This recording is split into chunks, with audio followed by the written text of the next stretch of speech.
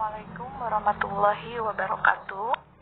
Anak, di awal semester kedua ini kita akan belajar matematika di bab 6, teorema Pitagoras.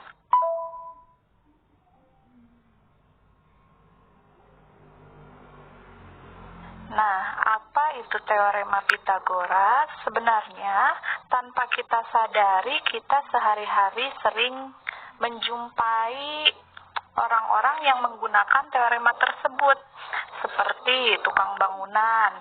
Coba kalian lihat di sekeliling ruangan yang kalian tempati, di ujung-ujungnya pasti ada sudut-sudut ruangan.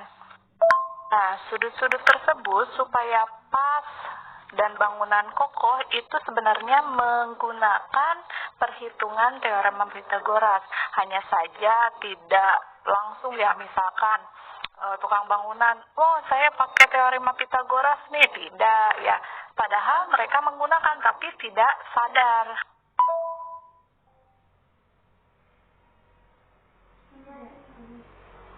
Nah, di pembelajaran kali ini, pasti nanti ketika di tengah-tengah pembelajaran kalian akan sering mendengar kata segitiga siku-siku. Ya, apa itu segitiga siku-siku?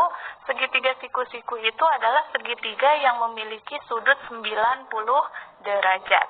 Kemudian ada lagi kata hipotenusa. Pasti kalian baru mendengar ya.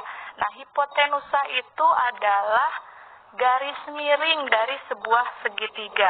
Kemudian ada lagi kata triple Pitagoras atau pasangan 3 angka yang membentuk teorema Pitagoras. Nanti alasnya berapa, tingginya berapa, hipotenusanya berapa, itu merupakan pasangan dari teorema Pitagoras atau disebut dengan triple Pitagoras.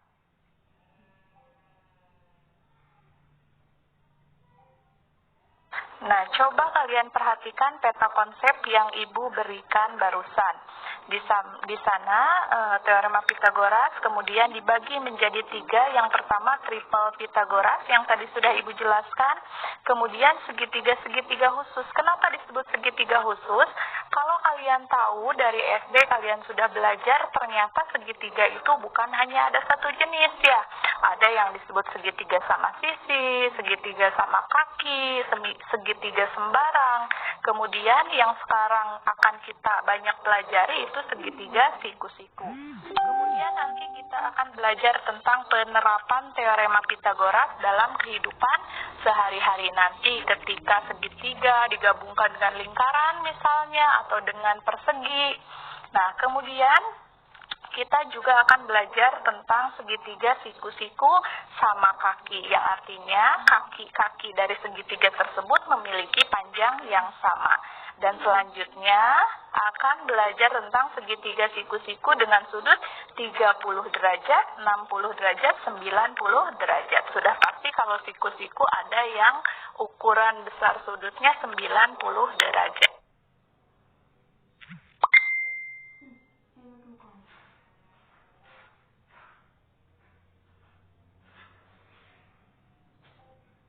Nah, sekarang mari kita bahas sedikit sejarah teorema Pitagoras. Kenapa dinamakan teorema Pitagoras? Ya, Pitagoras itu diambil dari nama penemunya, Pitagoras namanya. Jadi namanya teorema Pitagoras. Kalau misalkan penemunya Desipa, mungkin jadi teorema Desipa, atau penemunya Salwa, teorema Salwa. Penemunya misalkan siapa lagi tadi di kelas teh? Isep ya, Isep. Misalkan penemunya Isep, maka akan disebut dengan teorema Isep. Nah, karena di sini penemunya Pitagoras, jadi disebut dengan teorema Pitagoras. Ulangi lagi. Pitagoras itu lahir pada tahun 582 sebelum Masehi dan meninggal pada tahun 496 sebelum Masehi. Namanya unik, mencirikan bahwa dia itu adalah orang Yunani. Ya, nama-nama seperti itu biasanya ya, filsuf yang nama-nama aneh seperti itu biasanya dulu kebanyakan ilmuwan berasal dari Yunani. Sebenarnya teorema Pitagoras ini sudah digunakan sebelum Pitagoras lahir dulu sekali. Tetapi mereka belum mengetahui apa namanya, hanya digunakan seperti tukang bangunan saja di kita ya, selalu digunakan tiap hari tapi tidak tahu apa namanya. Barulah pada saat Pitagoras mempatenkan namanya menjadi teorema Pitagoras, baru dikenal dan dibukukan seperti sekarang, sehingga kalian tahu apa itu teorema Pitagoras. Untuk hal-hal yang lainnya bisa kalian baca ya dari halaman 4. Nanti hal-hal yang bisa dipelajari dari tokoh Pitagoras.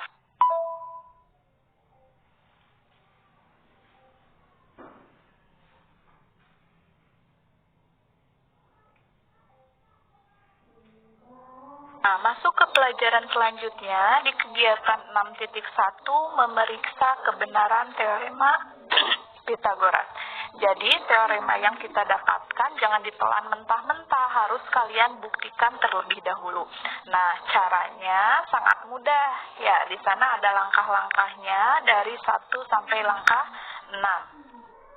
Boleh kalian praktekkan di rumah jika kalian punya buku berpetak ya. Pertama, kalian gunting. Di sana ada 1, 2, 3. Ada 3 satuan luas. Kemudian yang di bawahnya ada 1, 2, 3, 4. 4 satuan luas. Dan yang di miring ternyata 1, 2, 3, 4, 5. Ada 5 satuan luas. Untuk yang 3, coba kalian hitung semua kotaknya di sana. Ke pinggir 3, ke atas 3, ke bawah 3. Ya, ternyata itu ada 9 kotak. Coba dihitung, betul tidak? Kemudian, untuk yang 4, kalian hitung ke pinggir, ke samping, ya, ke tengah, ke bawah. Di sana 1, 2, 3, 4, 1, 2, 3, 4. Jika dihitung semuanya ada 16. Untuk yang ada di garis miring atau hipotenusa, itu ada 5, ke pinggir 5, ke bawah 5. Kalau dihitung semuanya ada 25. Dipikir-pikir, coba 3 tadi ada 9, berarti 3 kali 3, 9. Atau sama saja dengan 3 pangkat 2. Yang 4, ada 16 tadi, ya. 4 kali 4, 16. Atau sama saja dengan 4 pangkat 2. Yang 5 juga sama, 5 kali 5, 25. Atau 5 pangkat 2 sama dengan 25.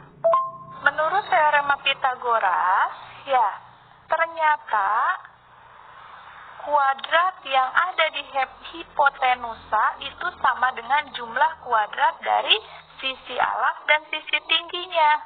Coba kalian jumlahkan. Ya, tadi hipotenusanya ada 25 kotak. Kemudian sisi tingginya ada 9 kotak dan sisi alasnya ada 16 kotak. Kalau kalian jumlahkan 16 ditambah 9 itu hasilnya sama dengan 25. Betul tidak?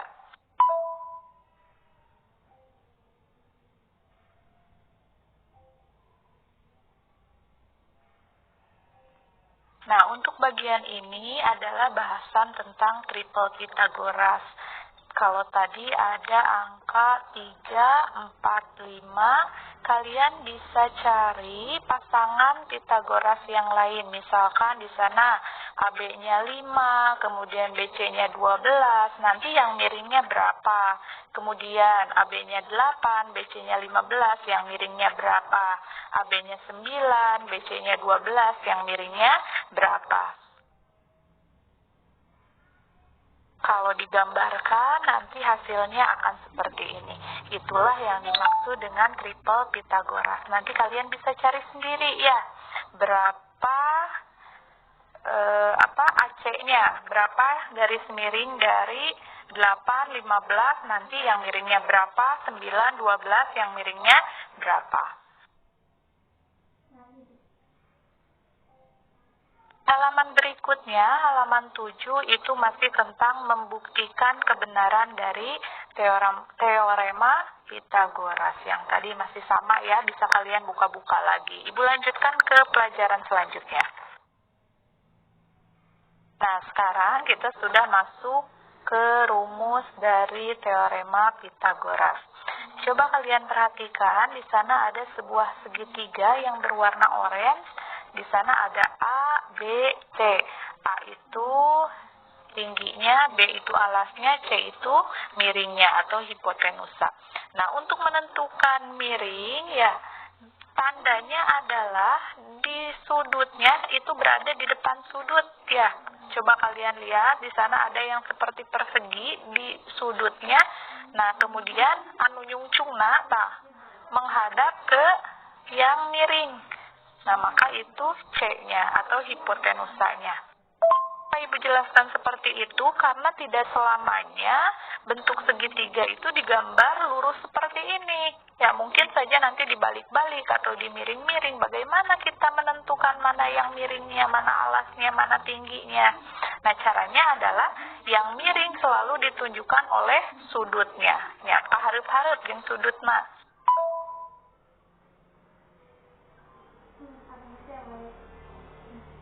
Ibu gambarkan, nanti akan seperti itu. Itu kan bentuk segitiganya. Itu kan bentuk segitiganya tidak hanya lurus, ya. Ada yang menghadap ke samping, ada yang menghadap ke bawah, ada yang ke pinggir. Nah, biasanya garis miringnya atau hipotenusanya itu ditunjukkan oleh sudutnya. Ya, pokoknya mah kahareup-hareup sareng sudutna. Nah, coba perhatikan gambar yang barusan Ibu kirim. Untuk mencari C, ya kalian pakai rumus A kuadrat ditambah B kuadrat sama dengan C kuadrat. Di sana ada contoh misalkan A-nya 3, kemudian B-nya 4. Nah, yang belum diketahui itu C-nya. A kuadrat ditambah B kuadrat sama dengan C kuadrat. A-nya tadi 3, jadi 3 kuadrat. 3 kuadrat itu sama dengan 3 kali 3. Kemudian 4 kuadrat atau 4 kali 4 sama dengan 16, sama dengan C kuadrat. Kalian jumlahkan, 9 tambah 16 itu 25. Nah, jadi C kuadrat itu sama dengan 25. Yang ditanyakan C kuadrat bukan? Bukan, yang ditanyakan itu C-nya. Nah, kebalikan dari kuadrat itu sama dengan akar.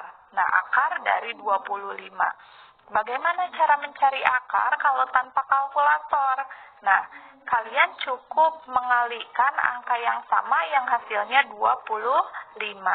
Nah, berapa dikali berapa hasilnya 25? Ternyata itu 5 kali 5. Jadi C-nya itu adalah 5.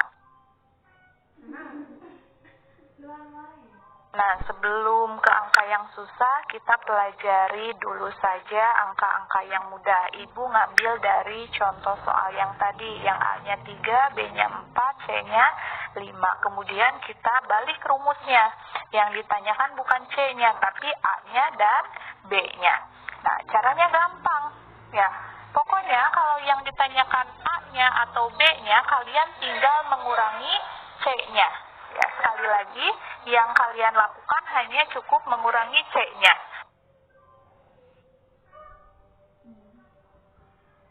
Nah, kalau itu contoh soalnya dengan angka yang lumayan ribet ya, karena ada komanya. Di sana C-nya 2,9, kemudian B-nya 2,1. Yang ditanyakan adalah A-nya.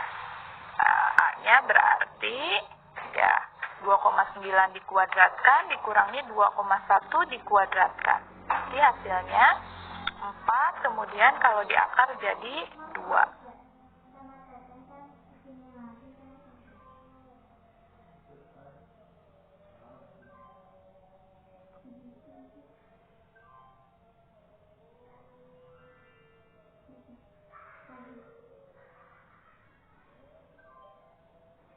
Nah, di contoh 6.3 di sana ada sebuah trapesium.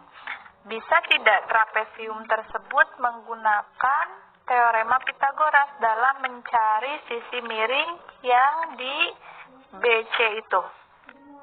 Ternyata bisa dengan mengambil garis lurus. Di sana ada titik-titik putus-putus ya. Kalau kalian lihat yang berwarna merah, dari C diambil tegak lurus ke bawah, kemudian kalian beri angka dengan huruf E. Di sana sudutnya sudut siku-siku 90 derajat yang menghadap ke sisi miring BC.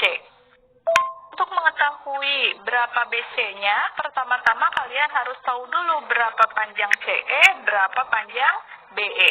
Nah, CE itu kalau kalian lihat ya panjangnya sama dengan AD, yaitu 15 cm.